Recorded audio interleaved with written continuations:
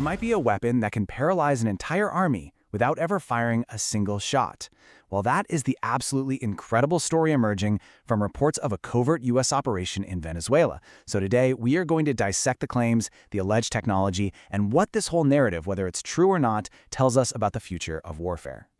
So the first sign that something was deeply, profoundly wrong wasn't an explosion. It wasn't a missile. It was a sudden kind of eerie silence, a complete and total electronic blackout. According to eyewitnesses, it was like the entire digital world just, poof, vanished. And that created a ghost town, paving the way for what came next. So how in the world did they pull it off? That is the core mystery here, right? How does a small elite unit completely neutralize a defending force that outnumbers them by a huge margin? Well, the answer, according to these accounts, isn't found in bullets, but in some kind of technological anomaly that left soldiers just utterly incapacitated. Okay, so when you start piecing together all the reports, a pretty stunning timeline emerges. First, you get the digital blackout, total silence. Then, out of nowhere, the sky fills with a massive swarm of drones. Moments after that, 8 specialized helicopters descend, and then you get the strangest part of all, the defending soldiers on the ground suddenly and completely unable to fight back. Get this, 5-to-1. That was the reported ratio. We're talking about a 20-man U.S. Special Forces team against a defending force of about 100 soldiers. I mean, on paper, that is a suicide mission, but what allegedly happened next was anything but normal. And the effects on the Venezuelan troops? The reports are horrifying. We're talking about vertigo so severe they couldn't even stand up, vomiting that actually included blood, internal bleeding, a total loss of balance, all leading to a kind of temporary paralysis. This was not a conventional weapon. This was something else entirely. So this is where we get into a concept that military analysts call a soft kill system. The goal isn't necessarily to kill the enemy, right? It's to incapacitate them so effectively that they are completely removed from the battle. It's the ultimate force multiplier.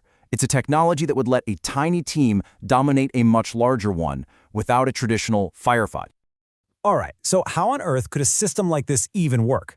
Well, the speculation really boils down to 2 leading theories. The first is a high-power microwave weapon. Think of it as a focused beam of energy that literally creates a pressure wave inside the target's skull. The second theory is an infrasonic pulse emitter, which uses low-frequency sound you can't even hear, to resonate with your internal organs, causing intense pain and disorientation. Now, if we dig into that microwave theory, it brings us to a known and frankly bizarre scientific principle, the Frey effect. This is a documented phenomenon where microwave radiation can make you hear a sound that doesn't actually exist outside your head.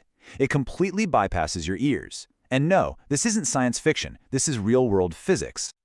So here's how it would supposedly work. Step 1.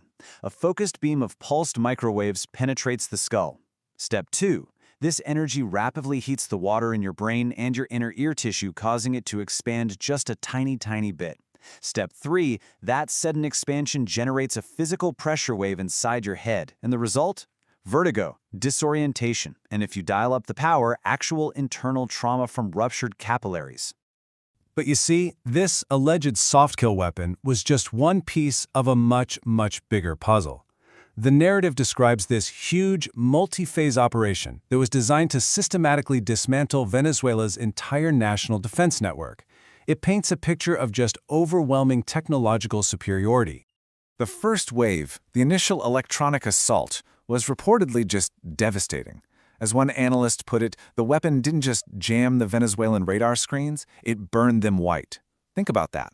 Venezuela's prized S-300 anti-aircraft system, what they called their Iron Dome of the Caribbean, was rendered instantly useless. The operators were completely and totally blind. And here's the play-by-play of how they supposedly did it. Phase 1, the electronic warfare barrage blinds the S-300 radar systems. Phase 2, with those defenses down, in come the Tomahawk cruise missiles, which physically destroy the radar arrays. And finally, with total air superiority, precision bombs take out all of Venezuela's fighter jets while they're still on the ground. A flawless, systematic demolition. All of that, the electronic warfare, the missile strikes, the attacks on the airfields, it was a masterclass in modern warfare. But here's the twist. According to the story, it was all an elaborate diversion. The true objective was way more specific, much more targeted. It was the decapitation strike. aimed at the very, very top of the Venezuelan government. So, the actual operation to capture President Nicolás Maduro was apparently broken down into 4 very distinct phases. You had the setup, which involved months of intelligence gathering, then the strike, which was that multi-pronged assault we just saw, then the raid itself, carried out by Tier 1 operators, and finally, the extraction, getting the high-value target out. That's right. The chaos wasn't the goal, it was the cover. All those explosions and communication blackouts happening across Caracas, they weren't random at all. They were designed to create maximum confusion, to paralyze the regime's ability to respond, and to provide the perfect smokescreen for the real mission to unfold right under their noses. So what made the raid work? Well, its success reportedly hinged on a whole series of critical factors.